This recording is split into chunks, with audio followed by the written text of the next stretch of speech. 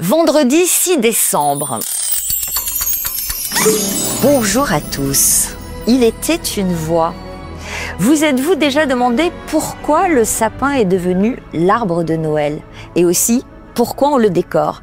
Votre curiosité est piquée? Eh bien, ça tombe bien, puisque l'une des voix d'Europe 1, Isabelle Morizet, vous explique d'où vient cette tradition issue d'une légende qui remonte à de très nombreuses années. Pas de Noël sans sapin, vous êtes d'accord? Mais vous êtes-vous jamais demandé pourquoi cet arbre-là et pas un autre choisi pour devenir l'arbre de Noël? Lorsqu'il trône au centre de la pièce, paré d'étoiles, de cheveux d'ange, de lumière, eh bien, il semble si majestueux ce sapin, si majestueux qu'il est bien difficile de deviner que, en vérité, il est le plus modeste de tous les arbres. Et c'est justement pour cette modestie qu'il a été choisi, il y a fort longtemps, afin d'apporter la joie de Noël dans tous les foyers, même les plus démunis. Lorsque l'enfant Jésus naquit, il y eut dans le monde une grande effervescence. Chaque jour, des gens venaient de loin, de très loin, pour voir l'enfant Jésus et lui apporter d'humbles présents. À proximité de l'étable où il était né, se trouvaient 3 arbres, un palmier, un olivier et un sapin. Et là commence la légende. Je vais prendre ma plus grande palme, dit le palmier, et je la mettrai près de la crèche pour éventer doucement ce bébé.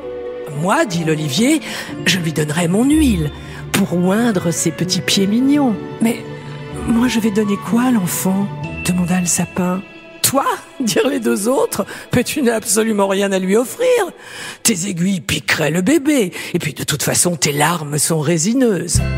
Le pauvre sapin, soudain, se sentit désespéré. Vous avez raison, vous avez raison. Je ne suis pas digne d'offrir quoi que ce soit à cet enfant. Je vous ai parlé d'une légende. Alors, écoutez bien. Un ange se tenait là, immobile. Il entendit toute la conversation. Il fit un geste vers la voûte céleste.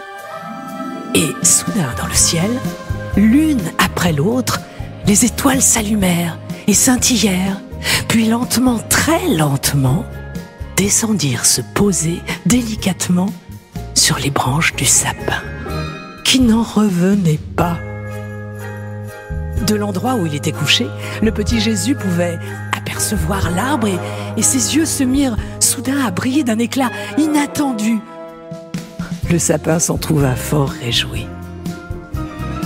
Et des siècles plus tard, les gens qui ne connaissaient absolument pas cette histoire décidèrent de faire scintiller dans chaque maison, la veille de Noël, un sapin garni de bougies, pareil à celui qui avait brillé devant la crèche. C'est ainsi que le sapin fut récompensé de son humilité. Et tout à fait entre nous, mes amis, il n'existe certainement aucun autre arbre qui éclaire si bien à Noël les visages des gens heureux. Dès demain, retrouvez Sophie Davant pour ouvrir une nouvelle case du calendrier de l'Avent Europe 1. À retrouver sur le site et l'application Europe 1, ainsi que sur toutes vos plateformes d'écoute.